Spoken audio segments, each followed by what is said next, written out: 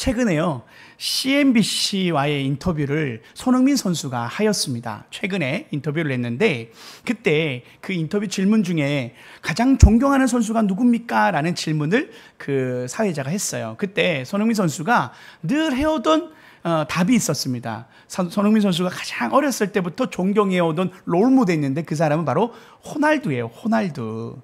그래서 어렸을 때부터 자신은 크리스티아노 호날두처럼 되고자 꿈을 키워왔었거든요. 그래서 그가요, 어떤 때는요, 이런 말도 한 적이 있었어요. 자신에게 단 5분간만 대화할 기회가 주어진다 해도 나는 호날두 선수와 대화하고 싶다. 그 시간을 통해서 축구에 대한 진솔한 이야기를 한번 해보고 싶다라고 할 정도로 손흥민 선수의 롤 모델이 바로 호날두였습니다. 그래서 그 호날두의 플레이 스타일, 강력한 그 스피드, 폭발적인 스피드, 그리고 양발 슈팅을 다 할 수 있는 그런 능력, 그리고 더 중요한 철저한 자기관리의 모습을 손흥민 선수가 이 호날두 선수를 통해서 배우고 늘 그렇게 동경의 대상으로 역할로 우리가 롤모델로 삼아왔다라는 거죠. 그러면서 이제 호날두 선수처럼 손흥민 선수의 별명이 뭐냐면 손날두예요. 손날두. 그래서 그가 번호도 7번, 호날두 번호처럼 똑같이 7번, 자신도 7번을 쓰고 있거든요. 그처럼 정말로 호날두 선수를 그렇게 롤모델로 삼았다는 것을 알 수 있어요. 그러면서 이 손흥민 선수가요, 이 호날두 선수에 대한 지금 호날두 선수가 39살인데도 축구의 전성기처럼 활동하고 있어요. 그러면서 손흥민 선수가 이번에 인터뷰에서 이렇게 밝힌 거예요. 이렇게 이야기한 거예요. 천부적인 재능이 있더라도 꾸준한 노력 없이는 성공할 수가 없습니다. 프로다운 모습이란 재능 이상의 것입니다. 호날두는 자신의 재능을 뛰어넘는 노력을 하고 그 멘탈리티로 자신을 끊임없이 관리합니다. 그것이 지금도 도전이 돼서 손흥민 선수가 지금도 자신에게 롤모델로 그것을 삼고 싶은데, 다시 말하면 손흥민 선수도 이를 본받아서 오랜 시간 정상의 자리에 서고 싶다라는 그의 목표를 똑같이 드러내면서 철저한 자기관리와 헌신을 통해 톱클래스 경기력을 유지하려는 노력을 나도 멈추고 싶지 않습니다 라는 이야기를 했다라는 거예요. 그래서 이 손흥민 선수의 이 축구의 여정이 여전히 진행 중이고, 실력을 쌓는 것 이상으로 자신의 관리를 통하여 노력함으로 끝까지 오랫동안 그렇게 축구 선수로 살고 싶다라는 이야기를 했다라는 거예요. 근데 그것이 좋은 롤모델이 바로 호날두 선수라는 거죠. 호날두 선수 지금도 최전성기적인 능력치를 발휘하고 있는 것을 이야기했다라는 겁니다. 손흥민 선수가요, 이 걸어갔던 축구의 여정을 우리도 성경의 신앙적인 여정으로 생각해 본다면 우리의 신앙의 여정의 그 거룩한 길, 예수님을 닮아가는 길에 대한 도전을 우리가 오늘도 한번 생각해 볼 수 있는 대목이지요. 그래서요, 오늘 설교의 제목이 위대한 여정, 거룩한 길을 걷다라고 해서 우리에게도 이 축구의 여정처럼 한 인생에 그 목표가 있는 그 역할의 모델처럼 우리도 예수님을 본을 삼아 그 거룩한 삶의 길을 걸어가고자 우리가 함께 꿈꿨으면 좋겠고, 그것이 오늘 하나님이 오늘 이 본문 말씀을 통해서 주고자 하시는 우리에게 도전입니다. 그 말씀이 오늘 1절 말씀에 보면 이렇게 적혀 있어요. 함께 읽어볼까요? 시작. 그러므로 사랑을 받는 자녀같이 너희는 하나님을 본받는 자가 되고. 사도행 에베소서의 이 5장에 오면 이제는 결론부에 다다랐습니다.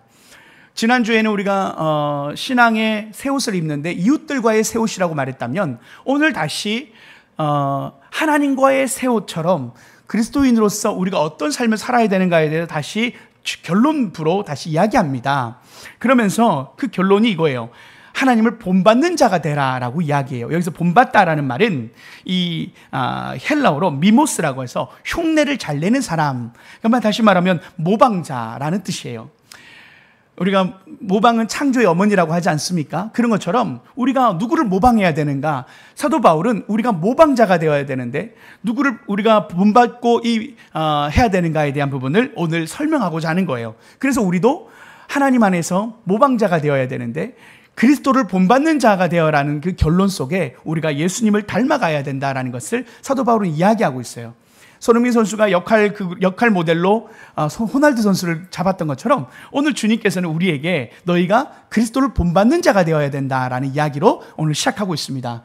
그래서 우리의 삶의 위대한 여정, 그리스도를 닮아가는 거룩한 길을 우리 또한 걸어가면서 하나님 기뻐하시는 삶으로 우리가 살기를 결단하는 시간 되었으면 좋겠고요. 하나님이 거룩한 여정이 무엇인가를 우리에게 오늘 말씀하실 때 하나님 앞에 우리가 걸어가야 할 길이 이 길이었구나. 또 하나님의 결단을 우리가 또 해보는 그런 시간, 깨닫는 시간이 되기를 또 원합니다. 오늘 본문 말씀 2절도 함께 살펴보기를 원해요. 2절에 우리 함께 읽어보겠습니다. 2절 말씀입니다. 시작. 그리스도께서 사랑 가운데서 행하라. 그는 우리를 위하여 자신을 버리사 향기로운 제물과 희생 제물로 하나님께 드리셨느니라. 그리스도를 본받으라고 말하면서 어떤 본을 받으라? 구체적으로 2절에 이렇게 설명하죠. 그리스도께서 너희를 사랑하신 것 같이 너희도 사랑 가운데 행하라. 결국은 우리가 사랑 가운데 행해야 된다라는 것을 사도 바울은 이야기하고 있습니다. 되게 쉽죠. 복음의 진리는 돌아가는 게 아닙니다. 단순합니다. 신앙생활은 단순해요. 우리가 잘 알고 있는 메시지예요. 우리가 본받아야 할 그 본받음은 바로 예수 그리스도의 사랑입니다. 예수님의 사랑을 닮은 우리가 되어야 된다라는 것. 그런데 어떤 사랑이냐? 후반부에 이렇게 설명하죠. 그는 우리를 위하여 자신을 버리사 향기로운 제물과 희생 제물로 하나님께 드리셨다라고 해서 이 버리다라는 표현은요, 자발적인 버림이에요. 자발적인 헌신을 이야기해요. 그래서 포기하는 양도각서를 쓰듯이 자신을 버리는 것을 의미하는데, 예수님의 사랑은 희생적인 사랑인 것입니다. 예수님을 사랑을 닮아야 되는데 어떤 사랑을 닮아야 한다고요? 희생적 사랑을 우리가 닮아야 된다. 그래서 우리가 예수님을 닮아간다라는 맥락 속에서 우리는 사랑할 때 내 것을 내어줄 수 있는, 예수님이 자신의 것을 내어주시면서 우리를 사랑하신 것처럼 우리도 서로를 향하여 희생하고 헌신하는 사랑의 모습을 닮아야 된다라고 이야기합니다. 여러분, 우리가요, 사랑하는 사람 되는 거 쉬워요. 그런 말로 하긴 쉬워요. 그런데 구체적으로 오늘 롤 모델로 주님께서 우리에게 보여주시는 모델은 예수님이 자신을 희생하셔서 우리를 죽기까지 사랑하셨다라는 그 희생에 대한 마음을 우리가 배워야 된다라는 거죠. 이것을 우리가 가정에서 어떻게 적용해 볼 수 있을까요? 우리가 가정생활 속에서 우리가 가족끼리 먼저 가장 우리의 첫 번째 된 이웃에게 우리가 어떻게 하면 우리가 희생적 사랑을 할 수 있을까? 너무 어렵게 생각하기보다는 좀 쉽게 생각하면 좋을 것 같아요. 우리가요, 주말이 되면 가족들은, 우리 또 아내분들은 남편들을 이렇게 보채서 우리 놀러 가자, 아니면 어떤 시간을 갖자라고들 많이들 얘기하잖아요. 그런데 참 여기서 보면 이 하나의 또 힌트를 얻는데, 남편들에게 가장 좋은 그 선물은요, 쉼입니다. 그냥 아무런 행사 없이, 아무런 이벤트 없이 그냥 가만히 쉬게 해주면 그게 남편들에게는 선물이 되기도 해요. 그래서 가족들 간에 그런 평안한 어떤 이벤트 없는 시간을, 함께 쉴 수 있는 시간을 마련하는 것도 좋은 또 하나의 희생적 사랑이 될 수 있어요. 그리고요, 우리가 자녀들과의 대화 속에서 우리의 시간을 내어주는 필요가 있습니다. 다시 말하면 아이들이 친구 관계에서 어려움을 겪고 있거나 학교 생활에 어려운, 학업적인 어려움이 있으면 그런 시간들을 우리가 대화하는 시간을 가지고 그 아이들과 시간을 내어서 고민을 들어주고 공감할 수 있는 시간을 만드는 것도 부모로서 희생하는 시간인 거예요. 여러분, 이것이 우리 자녀들에게 꼭 필요한 시간이 될 수 있는데, 이 시간에 좀 친구처럼 아이들의 말을 들어주는 거, 그런 것들이 우리 자녀들에게는 매우 필요한 시간이 될 수 있다는 거죠. 그러면서 가족의 남편으로 또 아내로서 우리가 주일에 함께 해볼 수 있는 또 하나 또 특별한 시간은 함께하는 시간을 만드는 것인데, 우리가 주중에 바빠서 식사를 잘 못하잖아요. 그런데 주말이나 주말 저녁 시간, 아침 시간에 함께 모두가 가족들이 식사를 하는 그런 식사 시간을 가져보는 거예요. 때로는 외식도 해볼 수 있고요. 그렇게 가족을 위해서, 우리 자녀들을 위해서 또 그렇게 시간을 내어주는 희생을 함께 할 때 가족 안에 그 사랑으로 충만할 수 있다는 것을 우리가 생각해 볼 수 있습니다. 그리고요, 우리 직장에서도 우리가 조금 더 이런 사랑을 실천할 수 있는데, 나의 이익보다 팀 전체의 이익을 생각해 보는 거예요. 그래서 내가 잘한 일이지만 팀에게 성과를 돌리는 표현들을 해보면서 칭찬하고 세워주는 일도 매우 중요한 그런 직장 생활에서 희생적 사랑이 될 수 있다는 겁니다. 예를 들어, 다들 고생 많았습니다. 정말 감사합니다. 각자가 맡은 분야에서 잘해줘서 우리가 이 일을 할 수 있었습니다. 덕분에 일이 수월했습니다.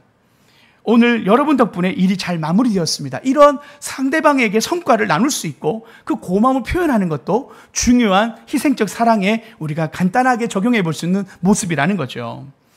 그리고 우리가 교회 생활을 같이 하면 교회 생활 속에서도 이러한 우리가 함께 격려하고 희생할 수 있는 사랑들이 있는데, 뭐 쉽게는 우리가 눈에 잘 띄지 않는 일을 섬기는 거예요. 제가 우리 한 권사님에게 감사한 것은 우리 교회 화분이 지금 예배실에는 없지만 복도에는 화분들이 되게 많아요. 그런데 1년 동안을 여러분 잘 모르실 거예요. 물을 주고 계신 분이 계세요. 근데 여러분, 우리가 교회에 이 화분 관리하는 일이 참 보이지 않는 일이에요. 제가 한소망교회 있을 때도 그 교회 보면 화분이 대단히 많은데, 남부터 시작해서 화분이 많은데 시간을 떼어서 와서 물을 주시는 분이 계신데 정말 보이지 않는 분인데 그런 분들이 계셔요. 우리 교회에도 계셔요. 그래서 1년 동안 화분이 정말 잘 자라요. 지금 저희가 창립할 때 1월 7일 날에 많은 분들이 화분 선물을 주셨는데 거의 다 살렸어요. 지금 다 살아서 잘 살고 있습니다. 근데 그런 것들이 누군가의 보이지 않는 섬김에 의해서 이루어지고 있다는 거예요. 저희 교회 식당 밥이 맛있잖아요. 저희 교회가 자랑하는, 오늘도 김치찜이라고 하는데 그게 뭐 쉬운 일이겠어요. 여러분, 30-40인분을 매주마다 준비하는 거 생각만 해도요 스트레스예요. 누군가가 그 식당 봉사 일을 총대 메고 한다고 생각해 보세요. 그러면요 한 주 하고 저는 못하겠습니다 하실 거예요.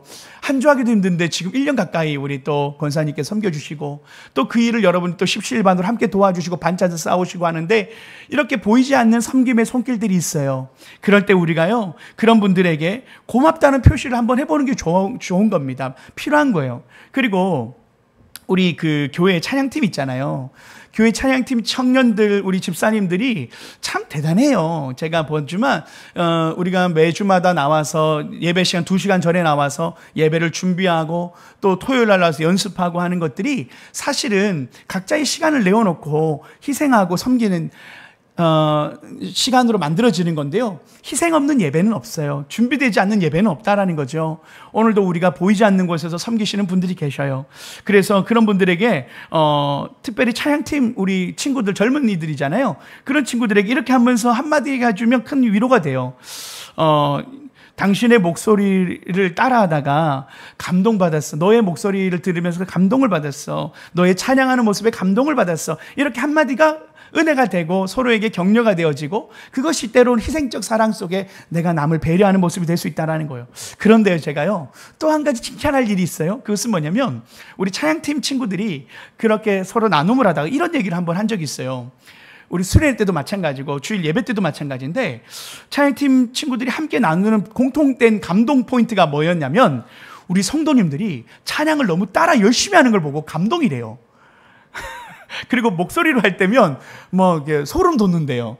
어르신들이 따라할 때 어려운 곡을 하는데도 막 따라하는 걸 보면 정말 감동을 이렇게 받는데요. 제가 우리 찬양팀 친구들이 그 수련회 때도 그랬고 예배 때도 그런 나눔을 할 때 보면 우리 성도님들이 얼마나 정말 착하고 또 함께 희생적으로 모르는 곡도 열심히 하려고 하는데 그 모습이 또 찬양팀에게도 또 이렇게 감동이 되는 거예요. 그래서 여러분들에게도 칭찬하는 겁니다. 여러분, 예배자들이요 훌륭할 때 예배가 훌륭해지는 거예요. 예배자의 수준만큼 예배는 깊이가 있을 수 있습니다. 그래서 예배는 함께 만드는 건데요. 지금 우리 성도님들이 참 예배를, 제가 생각할 때 목회자로서, 담임 목회자로 보면 참 착한 예배자들이다 생각을 많이 합니다. 그래서 이렇게 서로가 격려하고 예배든 또 우리가 봉사하는 어떤 부분이든 격려해주고 축복해주는 거예요. 우리 교회에 보이지 않는 또한 방송을 담당해주는 집사님들, 또 보이지 않는 곳에서 우리가 늘 이렇게 들어가는 또 다음 세대 교육도 있지요. 지금 우리가 예배 드릴 때 함께하는 많은 분들에게 격려하고 또 그렇게 축복하는 일이 또 귀한 섬김과 사랑이 될 수 있습니다. 또 더 나아가서 우리 교회에 새 가족이 올 수 있지 않습니까? 그럴 때 우리가 먼저 다가가는 것도 먼저 우리가 사랑하는 모습 속에 희생하는 겁니다. 그래서 새 가족이 오면 우리가 그 환영하는 웃어주는 거, 한 번 웃어주는 거, 안녕하세요 한번 해주는 거, 그것이 위로가 될 때가 있고 또 나를 환영해 주는구나 생각할 때가 있어요. 그렇게 또 마음으로 다가가지고 교회 모르는 것이 있거나 가르쳐 주는 거, 이런 것도 매우 유익한 또한 희생적 선물이 되고 사랑이 될 수 있습니다. 그러면서요, 우리가 교회에서 식사를 꼭 하지 않습니까? 함께 식사하는 시간을 가지는 것도 여러분, 이것이 사랑입니다. 내 시간을 내어주는 거 사랑이에요. 여러분, 그 워런 버핏이라는 사람은 자신의 점심시간을 경매로 올렸는데 수십억 이렇게 돈을 내고 식사하는 시간을 가지면서 교제하는 거예요. 여러분, 여러분이 워렌 버핏은 아니지만 여러분의 시간을 내어주는 거 사랑의 선물입니다. 내가 함께 식사 자리에 함께 하는 거, 여러분이 여러분의 시간과 사랑을 나누어 주는 거, 여러분 그것이요, 때론 작은 사랑이 실천이 될 수 있습니다. 아유, 여러분, 나는 누가 나를 좋아할까? 이런 게 아니고요. 다 여러분에게 관심을 가지고 있고 다 알고 싶어 해요. 그래서 서로가 서로에게 선물이 되어줄 수 있도록 우리가 함께 그런 작은 교제의 시간들이든 함께하는 식사의 시간이든 마음을 놓고 함께 한다면 우리가 그렇게 사랑으로 더 충만할 수 있다는 것입니다.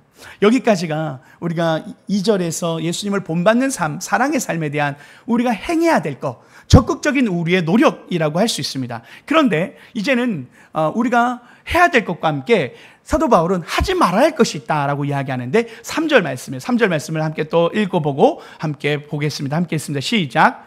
음행과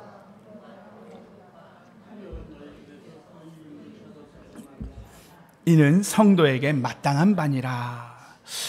음행과 온갖 더러운 것들, 탐욕은 너희 중에 이름조차 부르지 말라라고 해서 뭐 음행이라고 할 때 그렇게 복잡하지 않아요. 이 음행은 결혼관계 이외의 모든 불법적 성관계를 의미합니다. 그리고 성경에서는 이 음행이라고 말할 때 우상숭배자들에게 음행하다라고 표현합니다. 그래서 하나님 앞에서 믿음의 우상숭배가 아닌 믿음의 삶으로 하나님만 사랑하는 것, 그리고 실질적인 우리의 음행적 삶을 끊어내는 것, 그것이 오늘 사도 바울은 예수님을 본받는 그리스도인으로서 우리가 어떤 믿음의 여정을 걸어가야 될까, 거룩한 길을 걸어가는 데 있어서 우리가 거룩한 삶을 도전해야 한다는 것을 이야기하고 있어요. 그러면서요, 4절 말씀도 함께 이렇게 나옵니다. 4절 말씀도 함께 읽습니다. 시작. 누추함과 어리석은 말이나 희롱의 말이나 마땅하지 아니하니. 여기서 이 누추하다라는 말은 이게 원어상과 또 문맥상에 보면 속되거나 천한 말들을 하지 말라는 거예요. 그리고 어리석은 말도 말 그대로 유익이 없고 가치가 없는 말을 하지 말라는 거예요. 희롱하는 말은 상스러운 말, 그리고 독한 말, 이런 독설 등 이런 것들을 하지 말라는 건데 결국 다 말에 대한 거죠. 말을 조심해야 한다는 거죠. 그래서 이렇게 우리가 음행적인 부분, 또 그리고 모든 우상 숭배, 그리고 말에 대한 죄악들, 이런 걸 좀 우리가 부정적인 부분들을 좀 우리가 현실 속에서 어떻게 우리가 끌어낼 것인가, 우리가 어떤 삶을 살아야 될까 좀 구체적으로 좀 이야기한다면, 요즘 우리가요, 이 세대가 온라인 미디어 매체가 참 많아요. 컨텐츠들이 참 많이, 유튜브라든지 또 뭐 틱톡 아니면 뭐 소셜 네트워크 같은 페이스북이나 이런 데 보면 많은 컨텐츠들이 올라옵니다. 영상들이 올라오는데 우리가 여기에서 음란물과 폭력적인 컨텐츠를 피하는 게 중요해요. 그래서 그런 것에 우리가 쉽게 접할 수 있는 음란물, 선정적인 영상들, 폭력적인 영상들을 보지 않으려는 노력을 해야 되는 겁니다.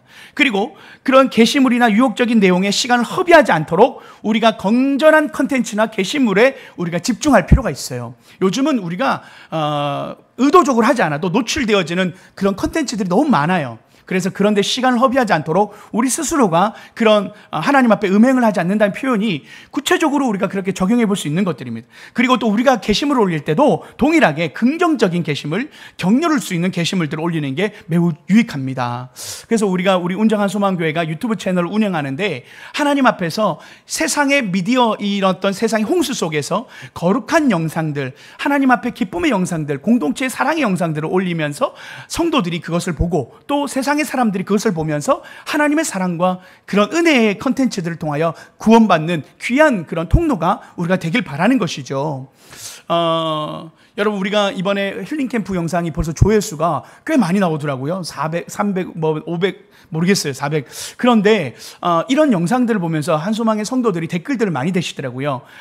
가족 같다, 작은 개척교회에게 일어나는 참 은혜로운 시간인 것 같다라는, 그분들이 얼마나 감동을 받아서 그런 얘기를 하겠어요. 다시 말하면 그런 하나의 감동적인 3분, 4분의 짧은 영상이지만 감동을 줄 수 있는 영상들이 꼭 필요한 거 아니겠어요? 사회 가운데 우리가 교회 생활할 때 그런 믿음의 좋은 컨텐츠들과 감동을 줄 수 있는 컨텐츠를 통하여 믿음 생활에 대해서 다시 한번 생각해 볼 수 있고 교회 생활에 대해서 한번 도전받을 수 있는 이런 컨텐츠들이 많이 필요하다는 겁니다. 그러면서요, 우리가 직장에서 또 교회 생활에서 실질의 삶에서 우리가 삶 속에서 순결한 관계를 유지하는 게 필요합니다. 특별히 이 이성 간에 있어서 경계를 넘지 않도록 주의하는 게 필요한데요. 이게 직장 생활에서 이 부적절한 관계가 이루어질 때가 있어요. 그러면서 친밀한 동료 관계에서 교회나 가정에서 원칙을 지키지 않고 그렇게 건강한 관계를 유지하지 않으면 이 관계가 다 깨어지고 하나님 기뻐하지 않는 관계가 되는 겁니다. 그래서 우리는 절제와 배려가 필요합니다. 특별히 비속어적인 농담이나 음담패설들을 우리가 삼가해야 돼요. 직장 생활을 하다 보면 음담패설이 참 많습니다. 막 웃어요. 그런 얘기를 하고 또 그런 게 그들의 주제거리입니다. 그런데 그 속에서 우리가 하나님께서 우리에게 음행과 이런 거룩한 것에 대한 도전을 하실 때 음행을 피하고 거룩한 삶을 이야기할 때 우리는 선정적인 농담이나 비하하는 발언들에 휘말리지 않도록 우리 입술을 지킬 필요가 있습니다. 그러면서 우리의 정체성, 거룩한 그리스도인으로서의 정체성을 지키면서 좋은 분위기를 조성하는 그런 말을 돌릴 수 있는, 또 주제를 돌릴 수 있는 또 그런 방향성을 우리가 제시할 필요도 있어요. 그래서 음란한 대화나 불필요한 농담, 사람을 깎아내리는 그런 얘기가 아니라 사람을 격려하고 감사하는 표현들을 통하여 그 분위기를 그렇게 선한 모양으로 우리가 만들어가는 것이 우리 그리스도인들이 해야 될 노력이다라고 볼 수 있다는 겁니다. 자, 이렇게 우리가 어떤 삶을 살아야 되는가? 하나님 앞에서 거룩한 삶으로 희생적 사랑의 삶을 살고 또 우리가 거룩하지 않는 음란과 우리의 모든 부도덕한 말들을 벗어버리면서 하나님이 우리에게 이러한 모양으로 거룩한 길을 걸어가기를 원하는데 이것을 성경에서는요 8절에 보면 한마디로 정확하게 표현을 하는 말씀이 있어요. 이 말씀 함께 읽어봅시다. 시작. 너희가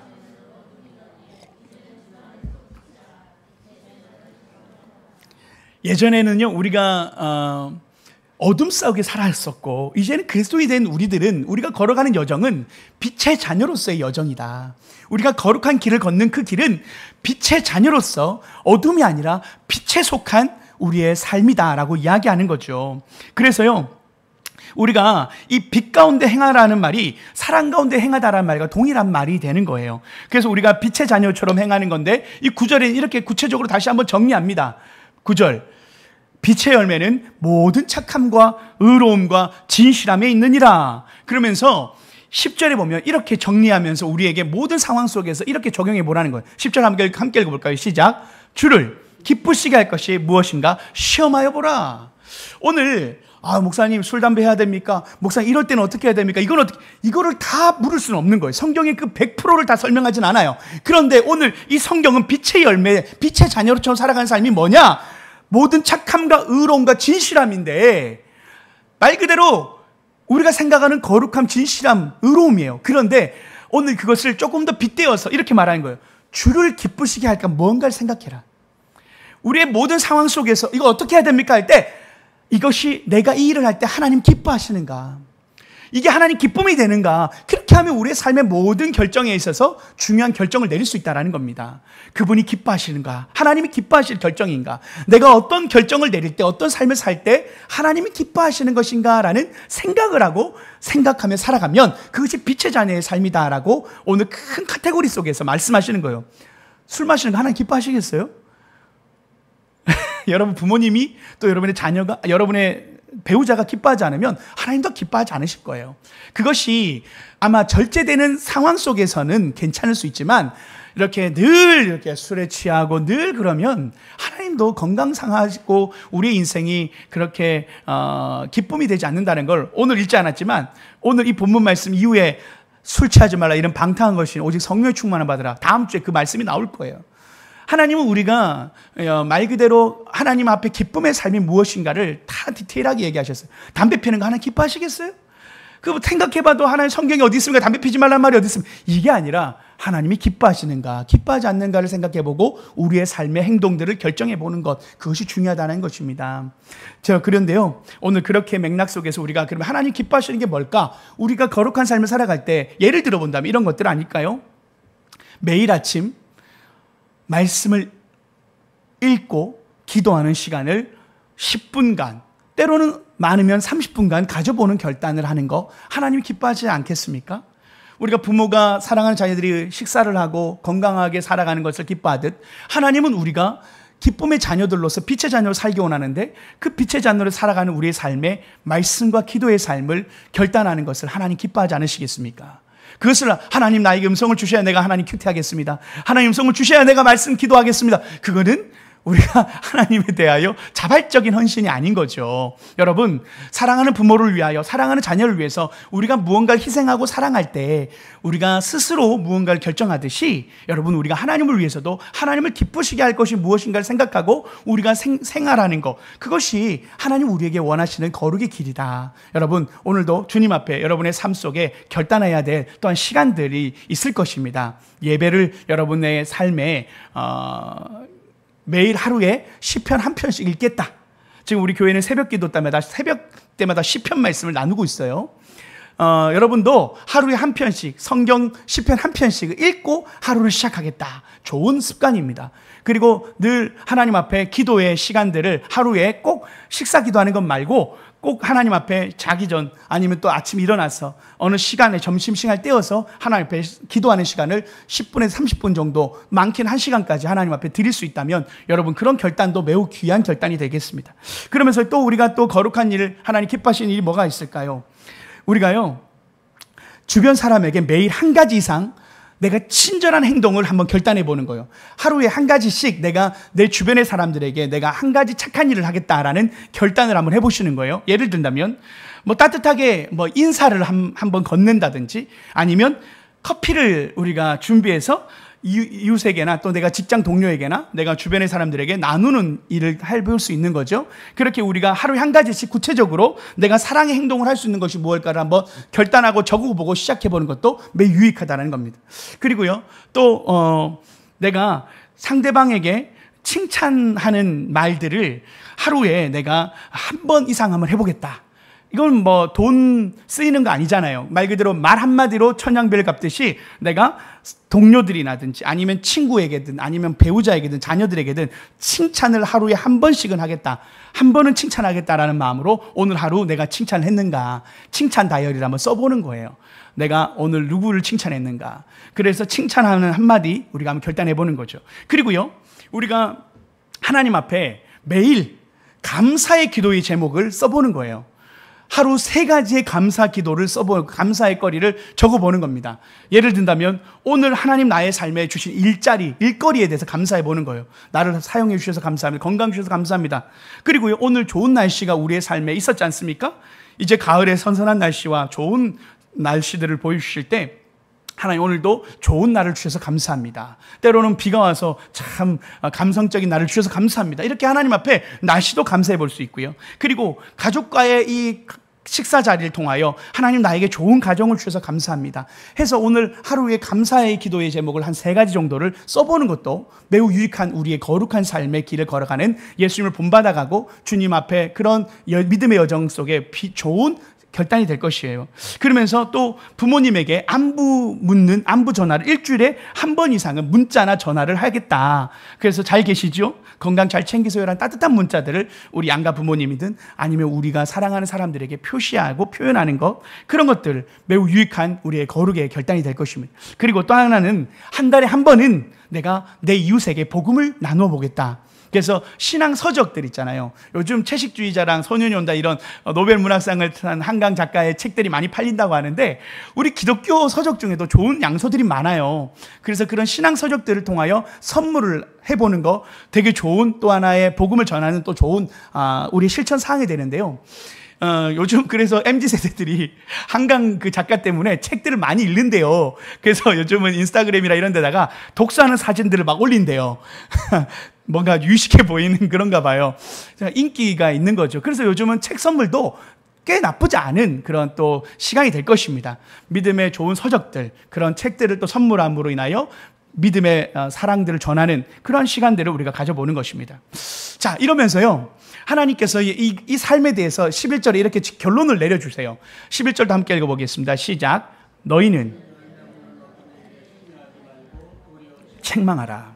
여기 보면 이 책망하다라는 표현이 조금 어색해요. 그런데 이 책망하다는 말은 부끄럽게 만들라라는 의미가 있어요. 부끄럽게 만들라. 너희들의 행동을 통하여 세상 사람들에게 부끄럽게 만들어라라는 표현을 담고 있어요. 다시 말하면 어둠의 일을 책망하는 것을 넘어서서 그들이 거룩한 삶으로 세상 사람들의 죄를 드러내어 부끄럽게 하라는 의미가 담겨 있어요.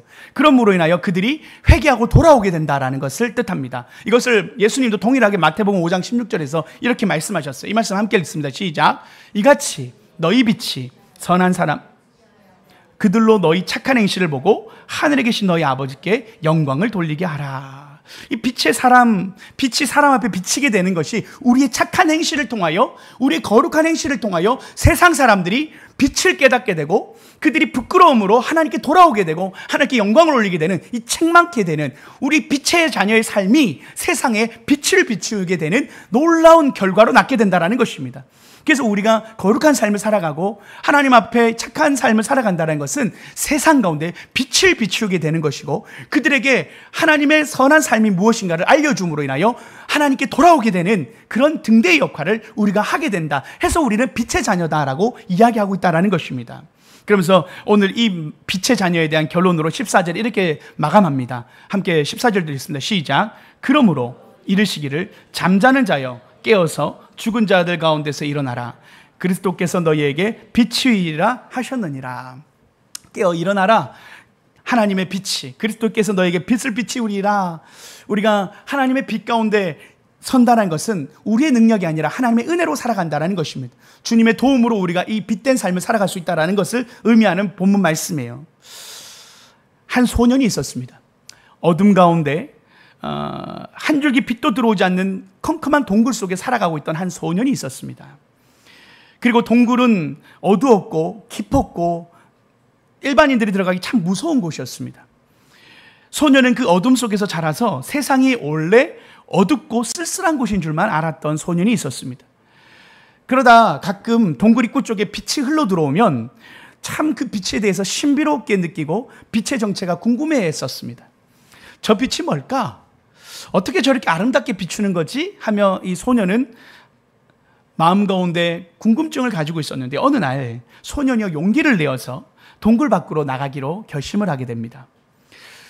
태양 아래 펼쳐진 풍경은 녹색빛과 아름다운 빛으로 가득했고 세상은 온통 빛으로 반짝거리는 것 같았습니다. 그래서 이 소년은 이 빛을 내가 살던 어두운 동굴에 가져가면 모든 게 달라질 거야 라고 생각하게 됩니다. 그래서 이 소년이요, 태양 아래 반짝이는 돌 하나를 집어듭니다. 돌을 보니까 반짝반짝 빛나는 거예요. 그래서 이 돌을 가지고 들어가야 되겠다. 내가 이 빛나는 돌을 동굴로 가져가면 동굴 속을 환하게 밝히고 밝아지겠다라고 생각해서 돌을 동굴로 들고 들어갑니다. 그런데 들고 들어가자마자 다시 동굴은 차갑고 어두운 곳으로 변해버렸고 그 돌도 그렇게 차갑고 어둡게 변해버린 것입니다. 왜 이 돌이 빛을 잃은 거지? 라고 생각하는 소년은 다시 의문을 가지고 동굴을 밖으로 나가 빛을 향해 걸어갑니다. 이번에는 더 반짝이는 돌을 집어들고 동굴로 들어갑니다. 그러나 결과는 똑같았습니다. 돌은 금세 어두워지고 빛을 잃어버렸죠. 그때 이 실망감에 빠져있던 소년에게 한 어른이 지나가다가 그 아이를 만나게 되고 그 아이가 의문을 갖던 그 질문을 이렇게 하게 되는 거죠. 그 어르신이 물어요. 무엇 때문에 그렇게 힘들어하니? 그러자 그 소년이 속상한 마음에 이렇게 얘기합니다. 저는 이 빛을 동굴로 가져가고 싶은데 그곳에 들어가면 빛이 사라지고 맙니다 라고 그의 마음의 고민을 털어놔요. 그러자 그 어르신이 이렇게 웃으면서 이야기하는 것 아니겠어요? 얘야, 태양을 담는다고 해서 빛을 가져갈 수 있는 게 아니란다. 태양 아래 있어야 그 빛이 내 곁에 머물 수 있어. 네가 그 빛 안에 있을 때 너의 세상 어디든 빛이 따르게 되지라고 이야기합니다. 소년이요, 그제야 깨닫게 되면서 이렇게 이야기해요. 그가 진정으로 빛을 동굴에 가져가려면 빛을 담으려 하기보다 그 빛과 함께 살아야 한다는 것을 이 소년이 깨닫게 되면서 소년이요, 자신이 살던 그 어두운 동굴을 나와서 빛의 세계를 걸어갑니다. 다시 동굴로 돌아가지 않고 빛의 세계에 남기로 결심을 하게 됩니다. 빛과 함께 살아가는 삶을 선택한 것이죠. 주의 빛이 비치우리라라는 그 빛은 우리가 주님의 빛 가운데 살아가는 것을 의미합니다. 내 힘이 아니라 내 노력과 의지가 아니라 우리가 빛 가운데 걸어가면 자연스럽게 우리의 삶이 빛나게 되고 빛 가운데 살아가게 된다는 것이죠. 여러분, 우리가요 빛의 자녀로 살아간다는 것, 우리의 삶을 통해 그리스도의 성품이 드러나고 하나님의 영광이 나타나는 이 위대한 여정, 이것은 말 그대로 빛을 비추는 일입니다. 위대한 여정입니다. 거룩한 길을 걸으며 우리는 세상의 어둠에 지지 않는 힘을 얻고 빛으로 인도하시는 하나님의 사랑과 은혜를 매일 경험하는 삶을 우리가 선택할 때, 때로는 우리의 삶이 여전히 험난하고 어려운 길일 수 있지만 하나님 안에서 믿음의 그 길을 걸어갈 때 우리는 얼마나 아름다운 길을 걷고 위대한 길을 걸어가는지를 깨닫게 될 것입니다. 여러분, 우리가 하나님께 기쁨이 되고 그분의 사랑을 온전히 전하는 빛이 저와 여러분이 되기를 축복합니다. 오늘 사도 바울은 예수님을 본받는 삶에 대하여 이야기하였습니다. 우리가 예수님을 본받는 삶이 빛의 자녀된 삶이라고 이야기했습니다. 우리가 버려야 될 삶은 음행과 거룩하지 못한 모든 것들이라고 이야기했습니다. 그리고 그 모든 것 위에 하나님을 기쁘시게 할 것을 생각하면서 우리의 삶의 행동들을 절제하고 하나님 앞에서 끊어내라고 이야기했습니다. 오늘 우리가 실제적인 적용할 것들을 또 함께 생각해 보았고, 희생적 사랑을 우리가 어떻게 펼칠지도 한 번씩 나눠보았습니다. 중요한 것은 오늘 우리가 우리의 힘과 능력으로는 참 되지 않는다라는 겁니다. 우리의 삶에 우리의 능력이 아니라 주의 빛과 주의 능력이, 성령의 능력과 빛이 우리에게 비추일 때 우리가 거룩한 삶을 살아갈 수 있음을 오늘 말씀을 다시 한번 이야기하면서, 여러분, 우리가 이 위대한 여정, 거룩한 길을 걸어갈 때 우리의 힘이 아니라 주께서 우리에게 비추시는 성령의 능력으로 우리가 이 모든 거룩한 삶을 걸어가기를 원하는 것입니다. 여러분, 빛 가운데 거하면 우리가 그렇게 살아갈 수 있고 걸어갈 수 있습니다. 오늘 이 말씀의 힌트가 오늘 우리에게 주시는 메시지입니다. 여러분, 우리가 이 위대한 여정에 주님과 함께하는 삶을 말씀과 기도로 하나님 안에서 주시는 우리의 주님 안에 붙어 있을 때 우리는 분명 빛의 자녀처럼 주의 빛 안에 있을 때 우리는 빛으로 살아갈 수 있습니다. 오늘도 주님께서 이 말씀의 자리, 예배 자리를 통하여 우리를 빛으로 회복시키시고 다시 빛을 비추이시며 세상의 빛을 비추이라고 말씀하시는 그 사명을 우리는 받습니다.